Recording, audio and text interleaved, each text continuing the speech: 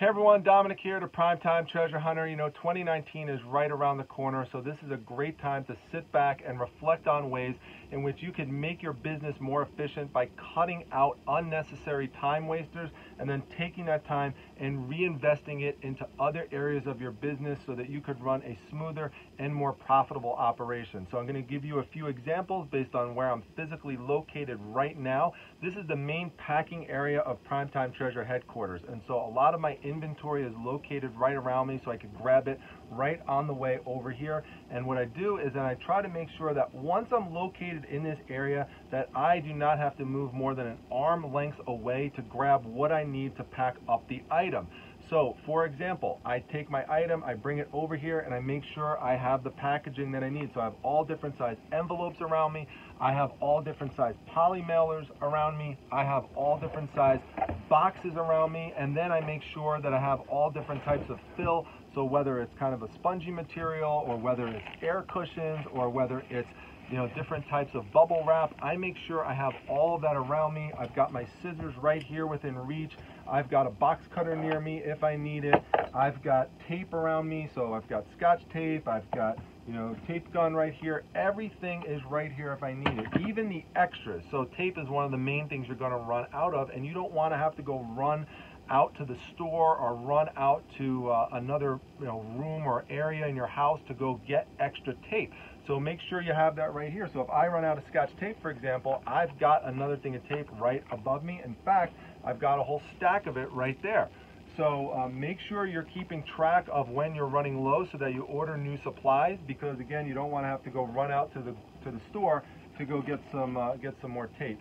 Even if it's the big tape, I make sure I have extras right here. So this is like a 3-inch tape, I've got 2-inch tape, I've got all that stuff right around me. So that's the first point. If you don't have everything nearby in arm reach distance, make sure that you do that. I have most of my stuff is on a big giant bookshelf, or you see I have a shelving system right here. All these things help make things more efficient. So you have to invest in yourself to make yourself more efficient. So don't feel shy about doing that. It's completely worth it, and you could use it as a tax write-off, as a supply for your business that you could deduct later on during the year.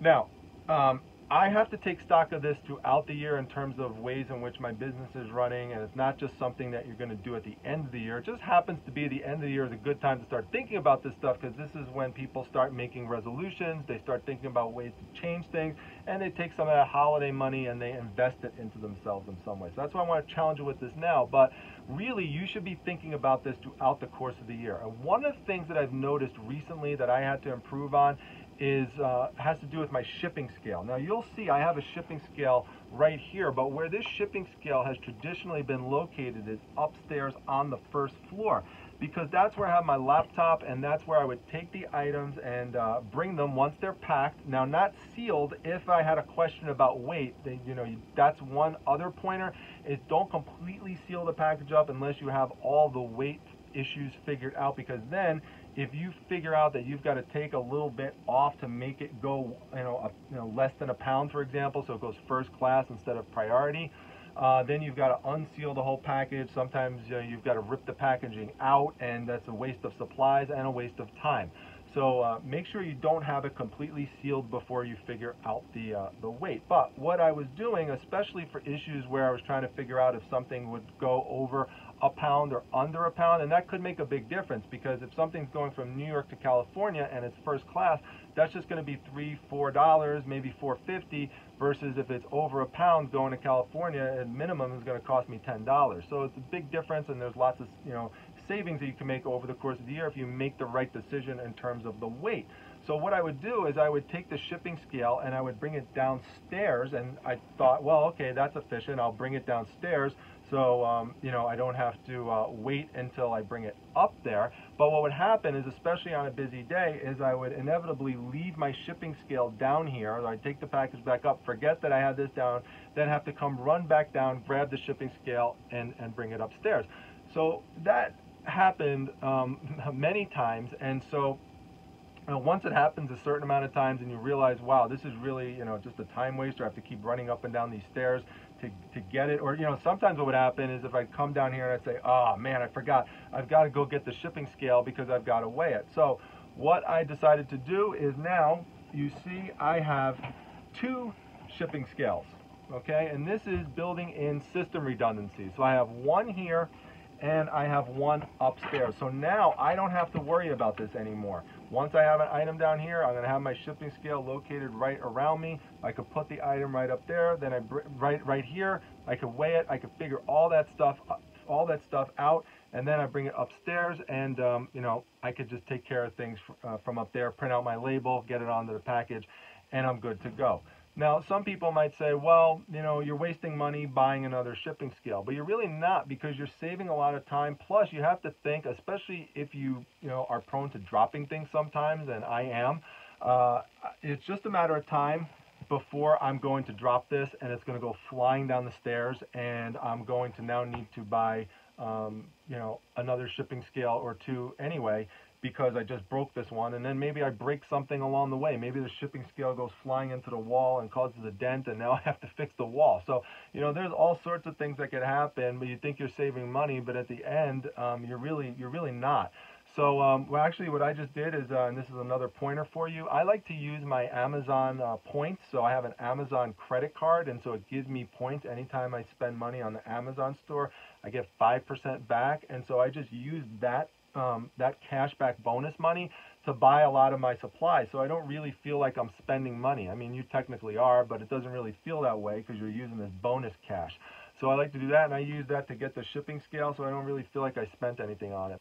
By the way, this shipping scale here is incredible. It's the Ultra Ship 75.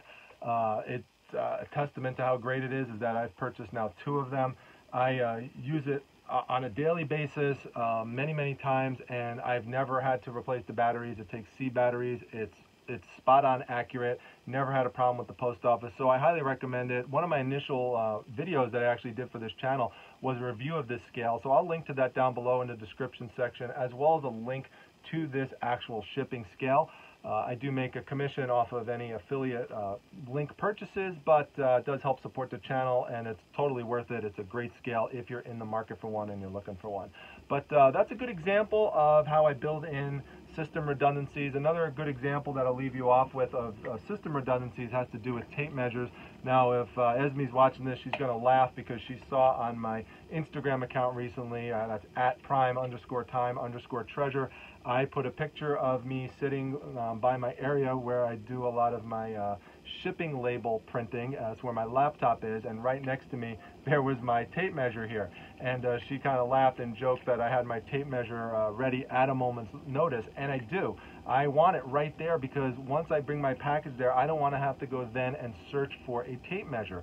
Now, when I sell clothes, one of the things I do is take measurements, and one of the things I quickly realized is it was getting super annoying and wasting a lot of time to walk from the kitchen area over to where I print out my shipping labels to go grab this tape measure to take measurements of the clothes. So I got another tape measure, and you could find these cheaply, by the way, at a lot of estate sales and garage sales. There's plenty of tape measures there you get for like 50 cents or almost free. So I pick one up, I have it in a cupboard, so anytime I do anything with regards to clothing measurements, I just take it right off there. I don't have to walk into another room. Or in the garage in the summer months or when it gets warmer out, I take a lot of pictures of bigger items on my driveway, so like banners and signs and stuff, and I like to get the dimensions in there. So I make sure that I have another tape measure that I keep out there. So this is a great example. This is triple system redundancy, okay, right there. So 3 different tape measures. So, you know, think about ways that you could do that. It might sound like, well, you've got to spend extra money, but that's okay. That is money well spent because it's going to help you save time. So I want to know, after you watch this video, what are some things that you've thought of by watching this that maybe motivates you to develop some system redundancies yourself or to come up with some ways to save some time. So let me know that down below in the comment section. Really like when I find out that these videos have helped to inspire people and to motivate people, because that's one of the main reasons that I do them, is to pass on some knowledge and some tips of things I've learned, some trials and tribulations and things, so that, you know, you could maybe get to doing some of these things quicker than I did sometimes. So Hopefully this video helps you. If it did, make sure you hit the like button. Make sure you subscribe to the channel. Come to my Facebook group, the Facebook Reselling Resource Center. The link to that's down below in the description section. And hope everyone has a great rest of the weekend or a great rest of the week, no matter when it is that you see this. And I'll see you all at the next video. Take care, everybody.